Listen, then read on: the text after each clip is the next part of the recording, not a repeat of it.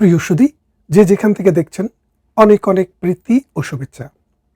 আপনারা জানেন মধ্যপ্রাচ্য একটি অগ্নিগর্ভ সময় অতিক্রম করছে, যে সময়টাতে ইরানের মতো একটি রাষ্ট্র, যে রাষ্ট্রটি গত ৫,০০০ বছরের ইতিহাস সমৃদ্ধ, ঐতিহ্য সমৃদ্ধ, পার্সিয়ান সিভিলাইজেশন বা পারস্য সভ্যতা একমাত্র হালাকু খানের সময়ে একবার আক্রান্ত হয়েছিল তার সাম্রাজ্য।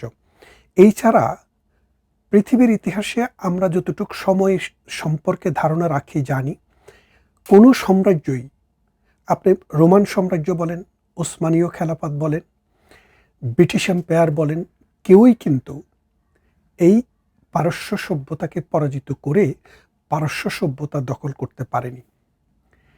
ইসলামের প্রথম যুগে ইরানে ইসলাম ধর্ম গিয়েছে দাওয়াত হিসেবে এবং ইরানের মানুষ মুসলিম হয়েছে। পরবর্তীতে সেই মুসলমানরা তাদের নিজস্ব একটি ধারা, যেটাকে তারা শিয়া সম্প্রদায় বা তারা মনে করে সেটাই সহি ইসলাম, এই শিয়াদের দেশ ইরান, যাকে হত্যা করা হলো দুদিন আগে, আয়াতুল্লাহ আলী খমেনি। তিনি 1981 সালে প্রথমে ইরানের রাষ্ট্রপতি হন। 8 বছর রাষ্ট্রপতি থাকার পর 1989 সালে তিনি আয়াতুল্লাহ হন, অর্থাৎ তিনি তাদের ধর্মীয় গুরু। ইরান শিয়া রাষ্ট্র হিসেবে তাদের রাষ্ট্রের সর্বোচ্চ নেতা যিনি, তিনি হবেন একজন ধর্মীয় নেতা এবং তার নির্দেশেই রাষ্ট্রের সমস্ত গণতন্ত্র, সমাজতন্ত্র, যেই তন্ত্রই থাকুক সেটা পরিচালিত হবে এবং তিনি হবেন supreme leader of the country. এই সুপ্রিম লিডার আয়াতুল্লাহ খমেনিকে আমরা যদি অ্যাসেস করতে যাই যে ইরানের রাজনীতিতে, বিশ্ব রাজনীতিতে, মুসলিম বিশ্বের রাজনীতিতে তার অবদান কি, এটার দুইটা অংশ। একটা অংশ হলো যে তিনি টিকে থেকেছেন, কার বিরুদ্ধে টিকে থেকেছেন? পশ্চিমা বিশ্বের বিরুদ্ধে টিকে থেকেছেন। তিনি যখন 1979 সালে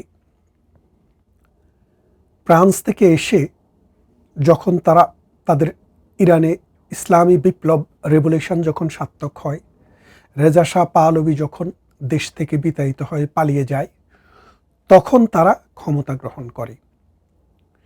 প্রথমে ধর্মীয় গুরু ছিলেন রুহুল্লাহ খামেনি। রুহুল্লাহ খামেনির পর এই আয়াতুল্লাহ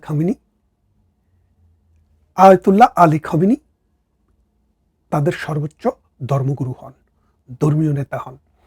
তার সময়ে ইরানকে বহুবার আমেরিকা অ্যাটাক করার চেষ্টা করেছে।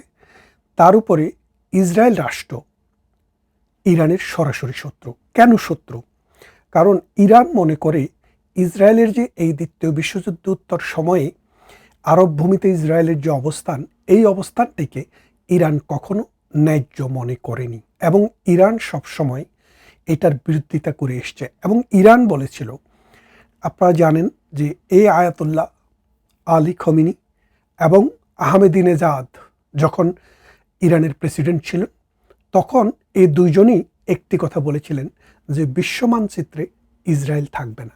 এই কথাটি বলার পর থেকে ইসরায়েল এবং আমেরিকা সিদ্ধান্ত নিয়েছে যে এই ইরানকে কোনোভাবেই পারমাণবিক অস্ত্র সমৃদ্ধ হতে দেবে না।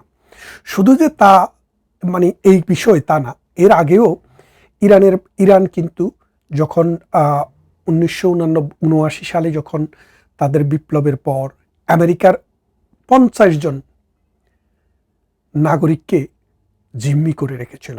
3-4 বছর পর্যন্ত এটা নিয়ে যুদ্ধ, দেন দরবার, অনেক কিছু হয়েছে।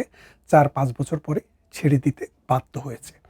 তা এখন সেই থেকে ইরানের সাথে, অর্থাৎ ইসলামী বিপ্লবের প্রথম দিন থেকে আজকে পর্যন্ত ইরানের সাথে আমেরিকার কখনো সম্পর্ক ভালো ছিল না। কাজ চালানোর সম্পর্ক ছিল এমনও না। আপনারা জানেন ইরান হচ্ছে একটি জ্বালানি সমৃদ্ধ দেশ। ইরানের তেহরান, তাবরিজ, সিরাজ, ইস্পাহান, এইসব বড় বড় শহরগুলো পুরো বিশ্বের পরিচিত শহর। এই শহরগুলোর মূল ভিত্তি হচ্ছে তেল। অথচ পৃথিবীর দ্বিতীয় বৃহত্তম তেল উৎপাদনকারী দেশ প্রকাশ্য বাজারে তেল বিক্রি করতে পারে না আমেরিকার স্যাংশনের কারণে। তো এই তেলগুলা কোথায় যায়? রাশিয়ার নিজের তেল আছে, রাশিয়া কিনে না, চায়নার যে অয়েল সিকিউরিটি, পাওয়ার সিকিউরিটি, এটা মূলত দিয়ে রেখেছে ইরান। ইরান থেকে ইন্ডিয়াও কিন্তু গোপন পথে তেল কিনে। অথচ এই ইরানের দুর্দিনে আমেরিকার বিরুদ্ধে চায়না কিন্তু সরাসরি মাঠে নামতে পারেনি। চায়না বলছে আকারে ইঙ্গিতে ডান দিকে বাম দিকে কথা বলছে, কিন্তু সরাসরি আমেরিকা যেভাবে ইসরায়েলের পক্ষ হয়ে এখানে যুদ্ধ করতে এসছে, ব্রিটেন যেভাবে বলছে যে আমাদের ঘাঁটি ব্যবহার করতে দেব, জার্মানি যেভাবে বলছে, ফ্রান্স যেভাবে বলছে আমাদের যুদ্ধ বিমান ব্যবহার করতে দেব, অথবা আমরা ইসরায়েলের উপরে বা আমেরিকান স্থাপনার উপরে যদি কোনো আক্রমণ আসে, সেই আক্রমণ প্রতিহত করতে তাদের প্রযুক্তি ব্যবহার করতে দেবে। কিন্তু সেই ক্ষেত্রে রাশিয়া অথবা চায়না সেদিকে ততটা এগিয়ে আসেনি, আসার কথাও না। কারণ আমেরিকার বাজার, ইউরোপের বাজার তাদের দরকার। একটা উন্নয়নশীল দেশ চায়না, তাদের পক্ষে সেই রিস্কটা নেওয়া সম্ভব না। তো এই অবস্থায় আমেরিকা এসে আয়াতুল্লাহ আলী খমেনিকে ঘরের ভিতরে হত্যা করলো। শুধু কি তাকে, সেনাবাহিনীর প্রধান, রিপাবলিকান গার্ডের প্রধান, এইরকমভাবে এর আগে কাসেম সোলেমানি একজন প্রেসিডেন্টকে আকাশে বিমান বিধ্বংস করে হত্যা, এইভাবে নানানভাবে, অর্থাৎ ফার্স্ট সেকেন্ড থার্ড লিডার যা ছিল সবে হত্যা করা হয়েছে। শুধু প্রেসিডেন্ট পেজেশকিয়ান এখনো বেঁচে আছেন। এই ছাড়া বাকি টপ লেভেলের লিডার বেশিরভাগে নিহত। ওদেরকে হত্যা করা হয়েছে বর্বরচিতভাবে, যেটা যুদ্ধ অথবা কোনোভাবেই সমর্থনযোগ্য না। তো আমেরিকার সাথে যুদ্ধ করতে গেলে এখনের যুদ্ধ তো স্থলভিত্তিক যুদ্ধ হয় না, এখনের যুদ্ধ আকাশভিত্তিক হয়। এক দেশ থেকে আরেক দেশে যুদ্ধ করা যায়, তার ভূমিতে যাওয়া লাগে না, আকাশপথ ব্যবহার করে, আপনাকে ক্ষেপণাস্ত্র ব্যবহার করে যুদ্ধ করা যায়। তো ইরানের বিরুদ্ধে যে যুদ্ধটি, এই যুদ্ধটিতে আপাত দৃষ্টিতে মনে হচ্ছে আমেরিকা ইরানকে পরাজিত করেছে, কিন্তু সত্যিকার অর্থে ইরানের যে রাজনৈতিক মানচিত্র সেটা বদলে যাবে এটা আমি বিশ্বাস করি না, বিশ্বাস করার কোনো কারণ নেই। যদি ইরানের ভেতর থেকে কোনো বিদ্রোহ বিপ্লব সফল না হয়, তাহলে কোনোভাবেই আমেরিকা আয়াতুল্লাহ আলী খমেনিকে হত্যার মাধ্যমে এই দেশের শাসন ব্যবস্থাকে বদলাতে পারবে না, নতুন কাউকে ক্ষমতায়ও আনতে পারবে না, যদি না ঘরের ভিতরে কুকুর তৈরি করা যায়, যেমনটা কামড়াকামড়ি করে টাকা দিয়ে, অর্থ দিয়ে তাদেরকে দিয়ে মাঠে নামানো যায় এবং সেটা সফল করা যায়। সেটা আপাত দৃষ্টিতে পারবে বলে মনে হচ্ছে না।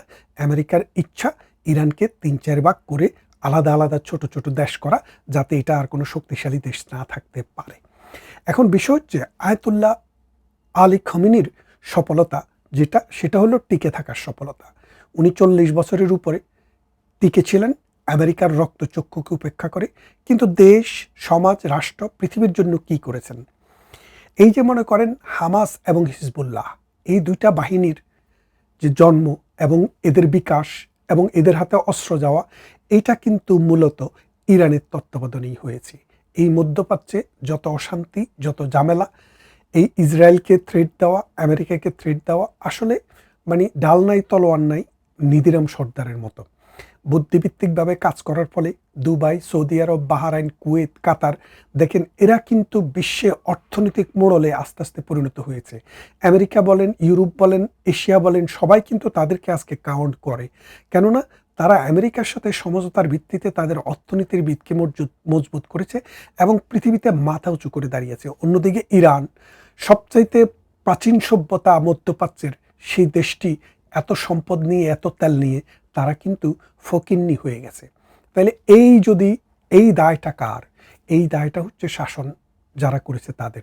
আয়াতুল্লাহ আলী খমেনি তিনি এটা থেকে মুক্তি পেতে পারেন না। এরপরে দেখেন পারমাণবিক অস্ত্র তৈরি করবে ইরান, এই জন্য তারা সব কিছু থেকে বিচ্ছিন্ন হয়ে গেছে, পৃথিবীর সব কিছু থেকে বিচ্ছিন্ন হয়ে গেছে।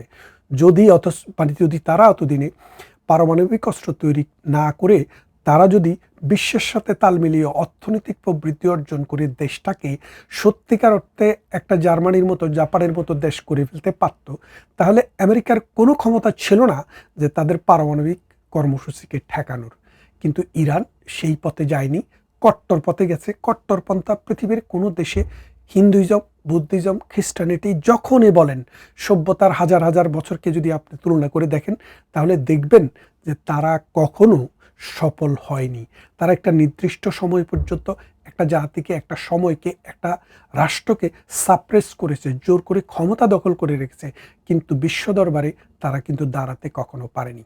এখন তাহলে আমি যেটা বলতে চাই, ইরানের রুহুল্লাহ পর আয়াতুল্লাহ আলী খমিনি রাষ্ট্রে টিকে ছিলেন, রাষ্ট্রটি টিকে ছিল, কিন্তু মধ্যপ্রাচ্যের সবচাইতে দরিদ্রতম রাষ্ট্রগুলোর একটিতে পরিণত হয়েছিল। এক, দ্বিতীয়ত মানুষ সমাজটাকে দুইটা ভাগে ভাগ করে ফেলছে। ইসলামিক নিয়ম কানুন এমন শক্তভাবে তারা প্রয়োগ করার চেষ্টা করেছে এই একবিংশ শতাব্দীতে এসে, সেটা সমাজের একটা বৃহৎ অংশ, অর্ধেকের মতো অংশ সেটাকে অ্যাকসেপ্ট করেনি। না করার ফলে সমাজে বিভাজন হয়েছে। আপনি যদি ফ্রান্সে যান, ইংল্যান্ডে আসেন, স্পেন, পর্তুগাল, নরওয়ে, সুইডেনে যান, দেখবেন হাজার হাজার ইরানের মানুষ দেশ ত্যাগ করে এইসব দেশে আপনার অ্যাসাইলাম গ্রহণ করেছে, অর্থাৎ রাজনৈতিক আশ্রয় গ্রহণ করে তারা নিজ দেশ ছেড়ে চলে এসছে। তো এই যে আশাটা, এটা কিন্তু আনন্দের আশা নয়। পৃথিবীর সব দেশেই এক দেশ থেকে আরেক দেশে মানুষ মাইগ্রেট হবে, সেটা স্বাভাবিক প্রসেস। কিন্তু রাজনৈতিক আশ্রয়, জীবনের ভয়ে নিজের দেশে থাকতে পারছে না, সেই ভয়ে তারা যখন দেশ খোঁজে তখন বুঝতে হবে তাদের দেশ তাদের জন্য নিরাপদ ছিল না। তো এই নিরাপত্তাটি আয়াতুল্লাহ আলী খোমেনি দিতে পারেননি। আর যদি আপনি আমেরিকার কথা বলেন এবং ইসরায়েলের কথা বলেন, ইরাক যখন মাথাচাড়া দিয়ে উঠছিল তখন ইরাক বলেছিল তার কাছে স্কার্ট ক্ষেপণাস্ত্র, ব্যালাস্টিক ক্ষেপণাস্ত্র, অমুক তমুক অনেক কিছু আছে। আমাদের দেশে হাটে মাঠে ঘাটে, স্কুলে মাঠে ময়দানে ইরাকের মানে মনে হয় যেন সাদ্দাম হোসেন আজকে আমেরিকাকে পরাজিত করে ফেলছে, পুরা মধ্যপ্রাচ্য দখল করে নিচ্ছে। কিন্তু শেষ পর্যন্ত সাদ্দামের পরিণতিটা আমরা দেখেছি। আমাদেরকে একটা জিনিস বুঝতে হবে যে এই আধুনিক বিশ্বে আপনার যদি টিকতে হয়, আপনার যদি বুঝতে হয় যে আপনার রাষ্ট্র, সমাজ, পৃথিবীর সাথে তাল মিলাতে হবে, তাহলে আপনার ধর্ম আপনি করেন, কোনো অসুবিধা নেই। কিন্তু ধর্মকে ব্যক্তির উপরে, সমাজের উপরে, রাষ্ট্রের উপরে, মানুষের উপরে চাপিয়ে দিলে হবে না।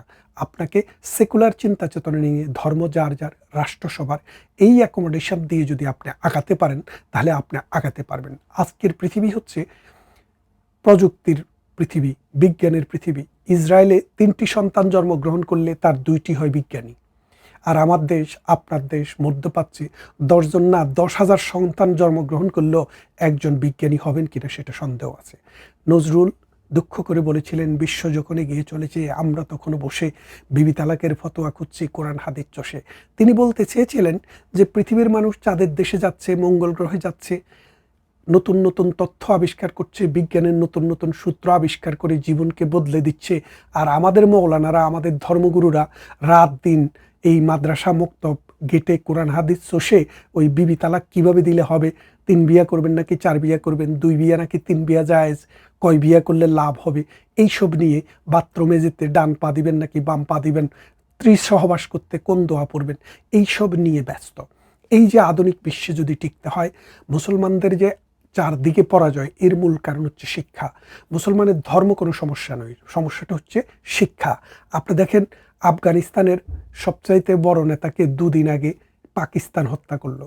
পাকিস্তান কেন হত্যা করলো? জীবন কি খমিনির চাইতে উনার জীবনটা কি কম? তিনি আমেরিকার বিরুদ্ধে সরাসরি যুদ্ধ করেছেন, তিনি যুদ্ধ করেছেন রাশিয়ার বিরুদ্ধে। আফগানিস্তানে তিনি বছরের পর বছর যুদ্ধ করে তিনি এই আফগানিস্তানে একটি তালেবানি সরকার করেছেন। তো তালেবানি সরকার করা তালেবানকে আমি সমর্থন করি না। আমি মনে করি এটা প্রাগৈতিহাসিক, এটা কোনো বর্তমান বিশ্বের সাথে, মানুষের জীবনের সাথে, ইসলামের সাথেও সাংঘর্ষিক। সুতরাং তাকে আমি সমর্থন করি না। কিন্তু তাকে এইভাবে হত্যা কেন করা হবে? যেমনটা আমি খামেনির হত্যাকেও সমর্থন করি না, তার হত্যাকেও সমর্থন করি না।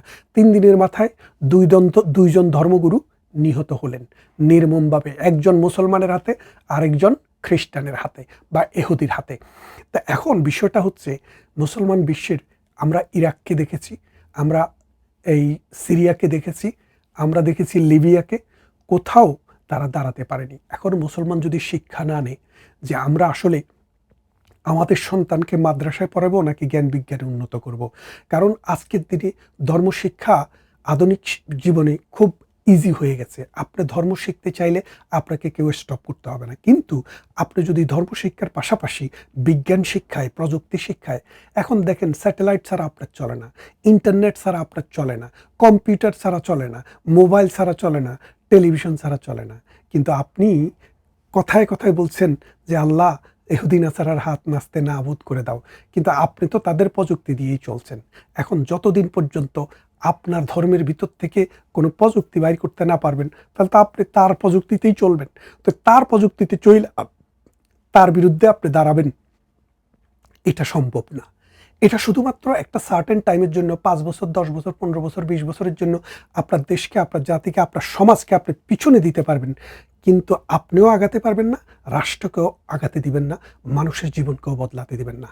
আমি মনে করি এই ইরানের থেকে, এই আফগানিস্তান থেকে, এই সিরিয়া থেকে, এই লিবিয়া থেকে, এই ইরাক থেকে আমাদেরকে একটা শিক্ষা নিতে হবে যে আমরা মুসলমান, সেটাই সবচেয়ে বড় কথা।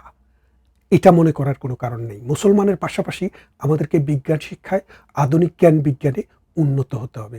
বিশ্ববিদ্যালয় মাদ্রাসা কেন্দ্রিক হবে না। বিশ্ববিদ্যালয় হবে প্রকৃতি জ্ঞান, বিজ্ঞান ভিত্তিক, যেটা সমাজকে, রাষ্ট্রকে, মানুষের জীবনকে বদলাতে পারে এবং শত্রুর সাথে মোকাবেলা করার প্রযুক্তি আবিষ্কার করতে পারে।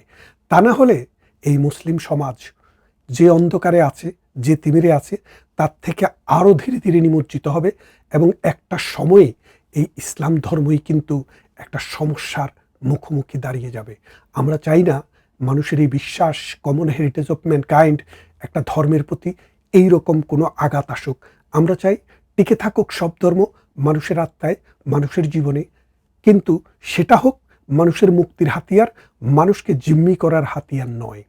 ভালো থাকবেন। ইরান নিয়ে আরেকটি পর্ব করব, সেই পর্বে কথা বলবো। আজকের মতো এখানে শেষ করছি।